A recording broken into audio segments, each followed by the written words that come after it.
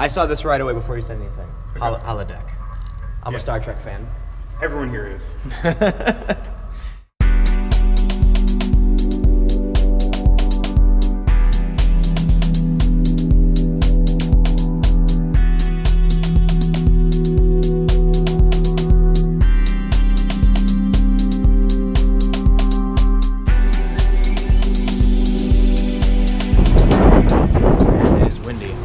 I'm at MIT because I'm gonna go check out some artificial intelligence, and it is rainy and windy and shitty, but I'm heading there now. I'm gonna meet up with some cool people, and I have no idea what we're gonna see, but MIT is a really cool place and there's a lot of cool technology. Should be a good time. This is CSAIL. It was actually put on a lockdown yesterday because there was supposed to be a protest, but I don't think anything happened. Here? Yeah. What, oh, against artificial intelligence? No, against the new encryption standards that are coming out of the W3C. Ah, okay. So do we still have to worry about quantum computing then? I mean, we have to worry about everything. Yeah. Bitcoin just keeps going up and up and up, and I know a ton of people who are worried about the recent announcements on quantum computing. Oh, because then it's useless? Yeah. I mean, it's going to happen. It's going to transform everything, and there's no way to prepare for it. So, it'll be interesting. I guess the question is, are we really as close as a lot of these companies say we are? Private lab space. It's hard to say. So this is Daniela Roos's lab, the distributed robotics lab, and we work on a wide variety of projects. So this is Baxter. He's a commercially available robot by Rodney Brooks' company, Rethink Robotics. What does Baxter do? Baxter is designed to be kind of your friendly robot in a manufacturing setting. So he's very easy to teach, to do a lot of tasks, and he's inherently human safe. So you can grab him and move his arm around. Can I move this one? Yeah, go for it. Just grab his wrist. Right here? Like right, just. Whoa. Wow. But if you grab it from somewhere else, it won't move, right? No, it'll try and stay put. Yeah, I noticed when I grabbed here, nothing happened. When I grabbed here, it's like, all right, you're cool. Exactly. So these are designed to be taught by factory workers. So this is version 1. Version 2 is called Sawyer. It came out recently.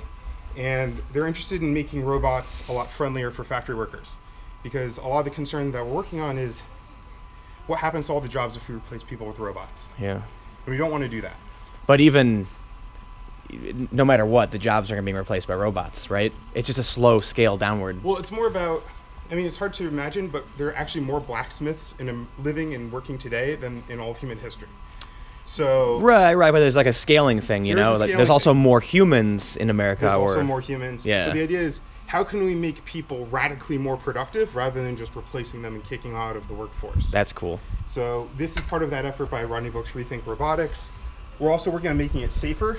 So this is the standard grippers that come with it. And they're kind of metal and hard and they're not that great. But what we're working on are these soft fingers. So these are completely human safe. Yeah. So if it like tries to grab you, it'll just bend them. Here, let's have it grab you. All right. Wait. Oh, okay. It can't actually hurt you. Yeah. But it can be placed over a block.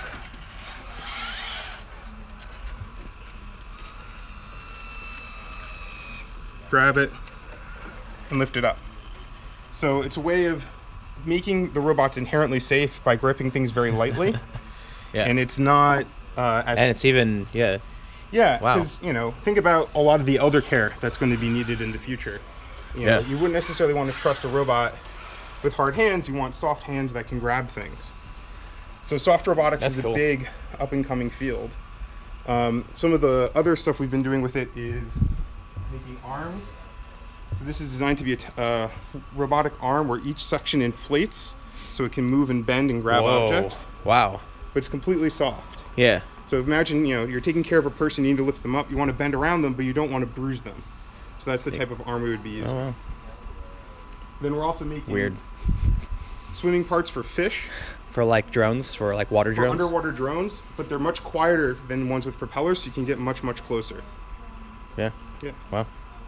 The other thing we're working on is Robotics, which is basically remote controlling a robot. So would you like to remote control a robot? Sure. Hell yeah.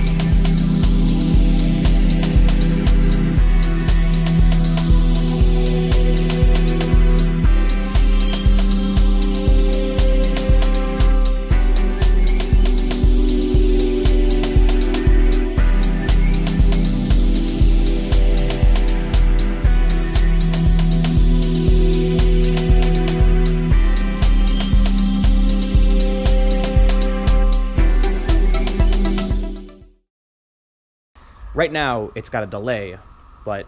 Right now, it's got a delay. We're trying to get the delay to be faster in terms of solving for the motions, and we're also trying to get it more intuitive and easier to use.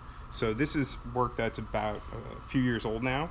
Our new version we're publishing in a few weeks, and that one we get a dramatic speed up and fidelity improvement in terms of motion. So like closer to real time? Closer to real time, closer to real movements, able to handle, so for instance, right now this has 2 cameras on it.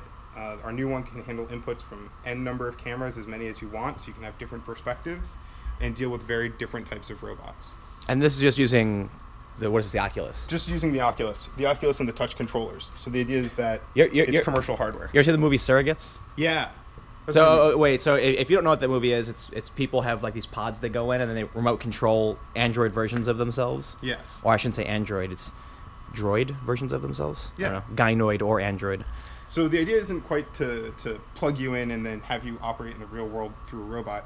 It's more, there are some robots that, for instance, have joint configurations that are easier to use than a human, but, you know, my arm moves like this, Baxter's arm wants to move like that. How do we match between them to make it work? And we're using virtual reality hardware to get us there. It's weird. Yeah, when I noticed when I was using it, the joints are over. Yeah, they're completely over. They're completely alien, and like it's not natural to move your arm like this if you want to perfectly match facts. People will have, say, like a PlayStation VR Oculus or a Vive or something, exactly. And they'll be like, "Time to go to work," and they'll put the headset on and just operate. That's one of the ideas we're working towards. Is that's crazy. Gaming as work. Because everyone knows how to use a game system. It's the largest untapped skill market pretty much out there, and how can we bring people into the economy that way? Wow. So then when you go to work, there's like a score, and people will Twitch stream their actual manufacturing process. It's possible. It's like, dude, I was able to put together like 4 cars today. What? Wow, really? That's like a record. Yeah. Have you ever watched how it's made? I mean, that's an entire show devoted Make it a to game. Just watching it. Yeah, so, right. Yeah, the gamification of how it's made. But it's like it's you know, people would watch the machine, like grab the parts, and like then people can compete for their jobs. Exactly. Like not for their jobs, but like compete in their field of like how many widgets can you put together. Exactly. Gamification of work.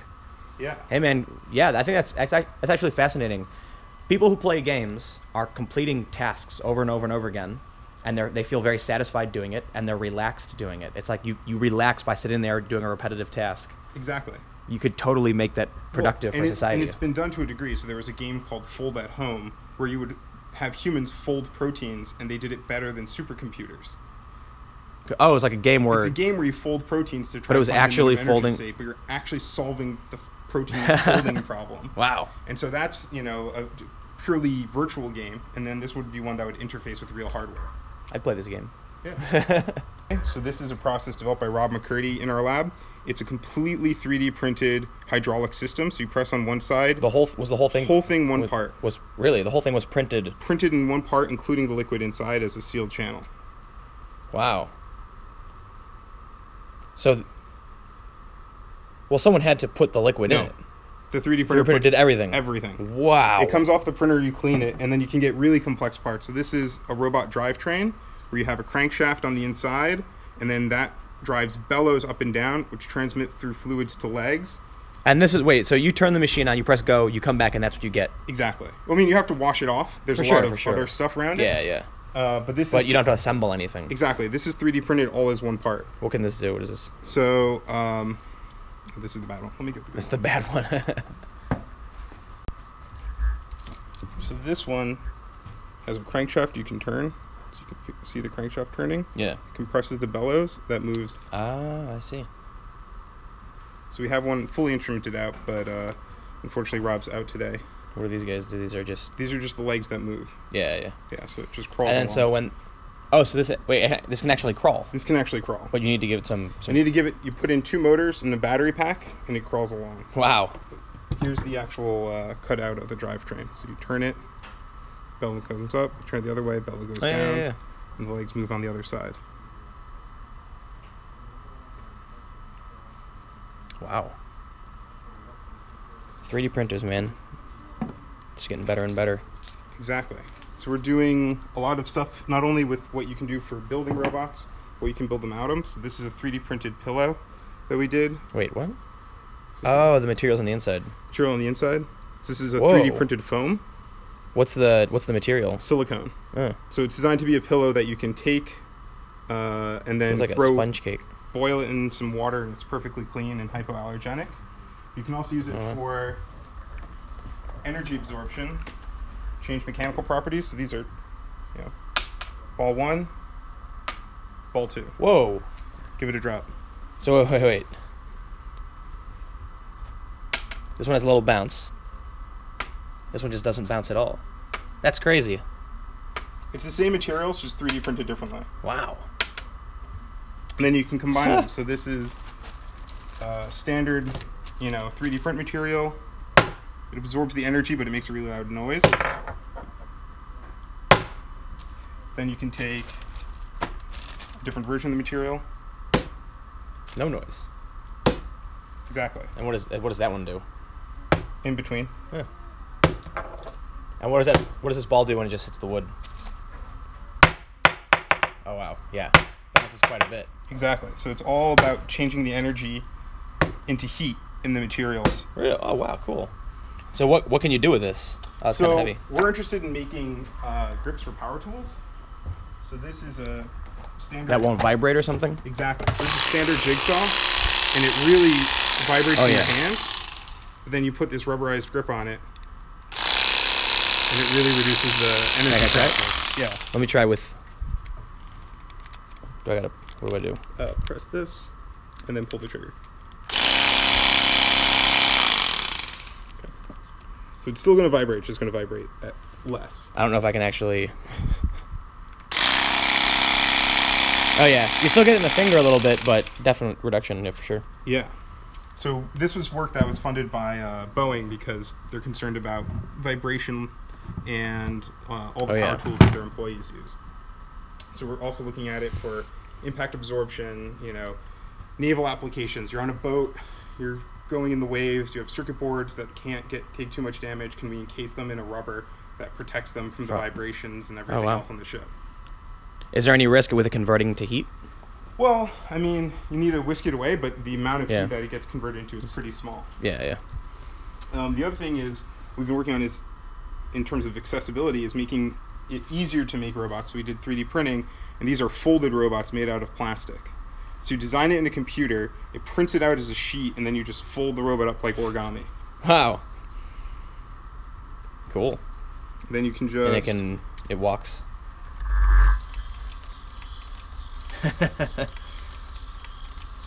Wow. So that's crazy. It's using just folded plastics and move the legs. Yeah, so you can make simple ones like that. You can make arms that are fully made out of sheets of plastic. Wow. And the idea is to make building robots more and more accessible, because we don't want robots to be, you know, the scary thing that's for other people. We want it to be for as many people as possible. I saw this right away before you said anything. Okay. Holodeck. I'm a Star Trek fan. Everyone here is. In Star Trek, if you don't know, the holodeck was where you go into this room and it would manifest things. Like, you could make a scenario, you could make a castle, you could go change your clothes and fight zombies or whatever. It was a VR real thing, I guess. Exactly. So ours isn't quite like that. We have in here a nice expensive icon system. All those cameras. Exactly. So this is the same stuff that's used for motion tracking in movies. And so we use it to track our robots. This one. So this is something we just recently published. It's an autonomous jigsaw. So it's a jigsaw that's literally married with a roomba. So this is a roomba on the inside. And what is it going to cut the thing it's on? Exactly. So it's going to cut what it's on. You can just turn it on.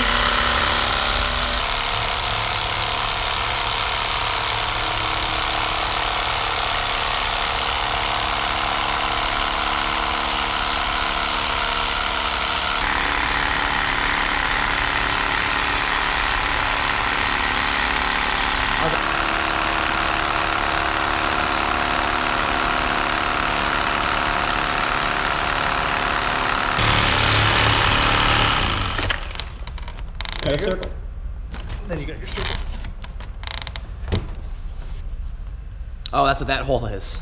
Yeah. We've just been making circles to test the system. Sometimes it gets a little bit off at the end, but usually it does a pretty good job. Well, that's why it's a lab. It's true. So this is what it drew. This is what it. So the blue is what it tried to draw. The green is what it did draw. So you can. Oh, you can see where the error is, where it. Exactly. We're kind of cut in a little bit too much. This is your office. Yes. This is my desk. The yoga ball keeps you from going insane. And then we've got 2 other postdocs in here, and we've got about 12 postdocs in the entire lab, so we're kind of crammed in like sardines. So, I guess we didn't even do this, but you want to just give us a introduction of who you are and what your mission is here at MIT? Sure. So I'm Jeffrey Lipton. I'm a postdoc here in Daniela Roos's distributed robotics lab, and my mission here is to work on ways of doing robotics for fabrication so that we can expand the set of who can build things and where and how they can build things. What's the coolest thing you guys have done so far? Or that you think? Most of my work has been on 3D printing. So I really like the viscoelastic energy absorbers from a nerdy point of view, and I really am a huge fan of Rob McCurdy's work on the hydraulic 3D printing, so embedding fluid channels into robots to build robot components in one piece. And I'm really excited about the potential for virtual reality integrating in with robotics. Oh, wow. Yeah. So based on your experience working here, what's the craziest thing we're going to see in the future? Or I should say, is there something coming soon that is going to blow our minds? Is there something coming soon? I think the effect virtual reality is going to have on telerobotics is probably the most disruptive that most people don't see coming. So 3D printing people have been talking about for a long time. I think it's kind of the invisible but loud revolution. It's in a lot of things, but you don't necessarily see it in your day-to-day. Oh, yeah. Virtual reality everyone's talking about, but it's all for gaming. And I don't think gaming is going to be the killer application for it because it's too immersive. Well, you can't really walk around. That's one of the challenges. Like, I bought the PlayStation VR, and so it's pretty cool. You can move your head, but it doesn't solve for what virtual reality really needs to be. Exactly. And I think virtual reality and augmented reality for manufacturing is really going to change the way people do things because you can build in a lot of skill into the environment using a virtual reality and augmented reality system. Wow. So I'm imagining people just don't go into work anymore. There's just robots sitting at desks filing paperwork. You sit down on your sofa, put your headset on. I think you'll still need to go to work most of the time, but I think the ability to potentially telecommute to factories, to have humans do shift work that isn't a fixed time, to have the ability to socialize over much vaster networks. Like, I really never understood why Facebook bought Oculus until I played one of the apps that lets you watch a movie with friends in the same virtual space, and it solved the watching problem. So I have friends in Seattle and New York, and we're best friends, but we can't see each other all the time. Well, what if we can virtually share a space and share an activity that's wow, consuming media? Crazy. Any final thoughts, I guess?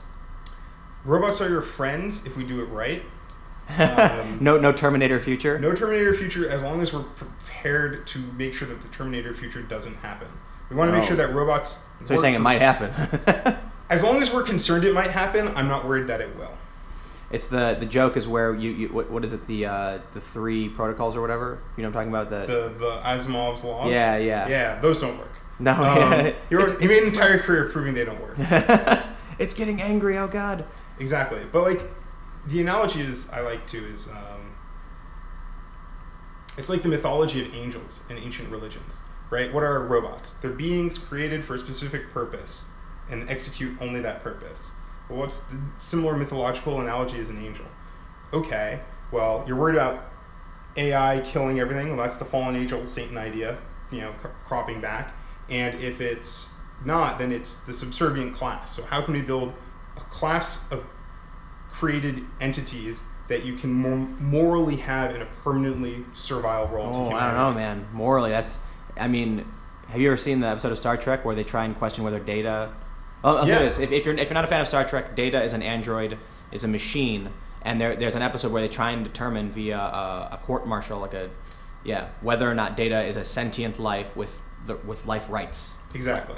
So I guess that's the future, right? We'll come to a point where the AI is developed enough to where they're just our slaves. Well, I think the key is to get it to the point where it's like in Hitchhiker's Guide to the Galaxy, there's the cow that wants to commit suicide so you can eat it, right? We want to build things like that. That love being slaves. That love, that just, it's like a dog, right? We literally bred an entire race of beings, essentially, into existence, just to love us and do whatever we want. And, it's the same thing with robots. We want them to be happily in a servile role for the sake of humanity and in a way that makes all people more empowered rather than just a very powerful subset. Cool. Right on, man. Thanks for inviting me in and showing me around. Cool. Well, if you enjoyed this, make sure to subscribe to my YouTube channel because I have a new video every day at 6 p.m. Click the like button. Comment below, let me know what you think. This was a lot of fun because usually when I'm in some weird political conflict of some sort, so it's cool to come and just look at fun robots and learn about things that are kind of inspiring and not getting, yelled at or threatened. So that was a lot of fun. But I'm gonna be going to LA. I'm looking at Korea right now. I've been looking at Korea for a while. We'll see where I end up. Subscribe, new videos every day. You can follow me on Twitter at TimCast. I'll see you all tomorrow.